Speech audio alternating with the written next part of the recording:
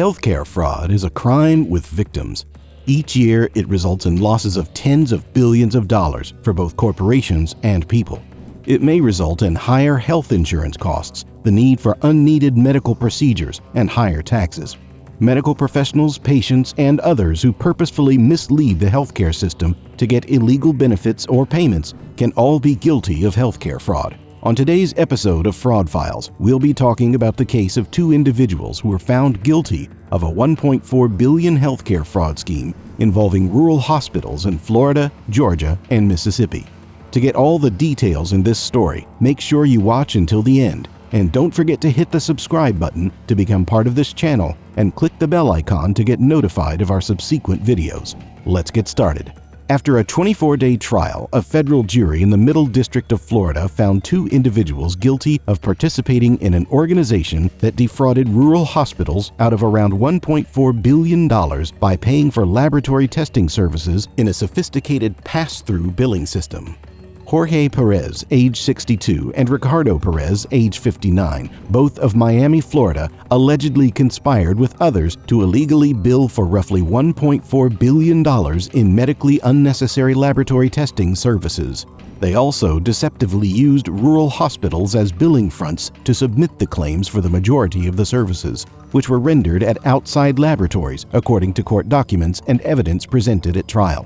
Additionally, Jorge Perez and Ricardo Perez plotted to launder the funds of this fraudulent plan after committing healthcare fraud on 5 separate occasions. These defendants preyed on and exploited the vulnerable hospitals, vulnerable underserved communities, and vulnerable patients seeking treatment for addiction, to line their own pockets, said Assistant Attorney General Kenneth A. Polite, Jr. of the Justice Department's Criminal Division. We will continue to work tirelessly to hold accountable those who exploit the integrity of the healthcare industry for profit. The defendants in this case engaged in an elaborate scheme to prey upon distressed medical facilities across multiple states and defraud private insurers, said U.S. Attorney for the Middle District of Florida, Roger Handberg. Today's verdict clearly demonstrates our vigilance to prosecute those who violate our laws for profit.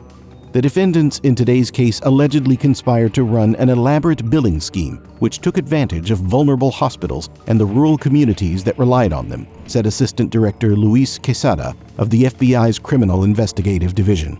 The FBI and our law enforcement partners are dedicated to protecting the healthcare system and shutting down fraudulent billing shells. The evidence established that the defendants sought out and bought ownership of rural hospitals that were in financial trouble. Due to private insurance contracts that stipulated higher reimbursement rates for laboratory testing, the defendants sought to seize control of these rural hospitals. It is a standard element of rural hospital contracts that is intended to ensure the hospital's ability to survive and deliver critically needed health care to rural communities. In an elaborate and prolonged pass-through billing scheme, the defendants billed for false laboratory tests totaling hundreds of millions of dollars, while making promises to prevent the demise of these small-town hospitals by converting them into testing facilities. In most cases, laboratory testing was performed by testing facilities under the authority of specific defendants, but the plan gave the impression that the rural hospitals themselves performed the laboratory testing. The evidence also revealed that a large portion of the laboratory testing charged through these small-town hospitals involved urine drug testing for unreliable patients undergoing addiction treatment.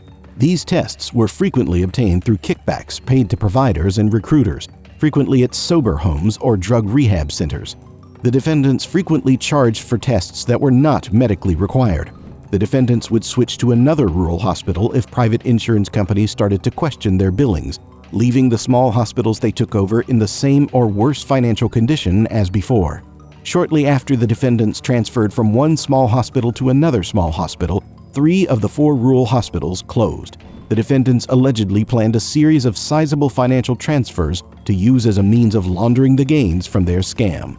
Jorge and Ricardo Perez were found guilty of conspiracy to commit wire fraud and healthcare fraud, 5 counts of healthcare fraud, and conspiracy to launder more than $10,000 in illicit gains. The maximum sentence for each case of healthcare fraud, wire fraud conspiracy, and money laundering conspiracy against the defendants is 20 years, and each substantive amount of healthcare fraud has a 10-year maximum sentence. After taking into account the U.S. sentencing guidelines and other legal considerations, A federal district court judge will decide on the sentences. The rural hospitals involved in this case included the 25-bed Campbellton-Graceville Hospital in Graceville, Florida, the 40-bed Regional General Hospital of Williston in Williston, Florida, the 49-bed Chestnut Regional Hospital in Dahlonega, Georgia, and the 25-bed Putnam County Memorial Hospital in Unionville, Missouri.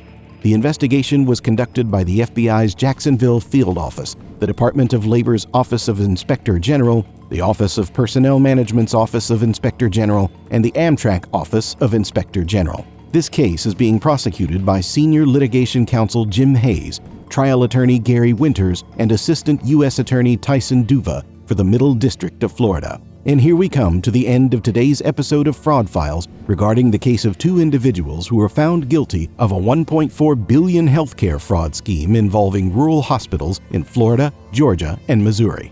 Please subscribe to our channel and push on that like button. Stay tuned to our channel for amazing videos like this one by clicking the bell icon. And don't forget to share your thoughts in the comments section below about this event. We will see you in another Fraud Files soon.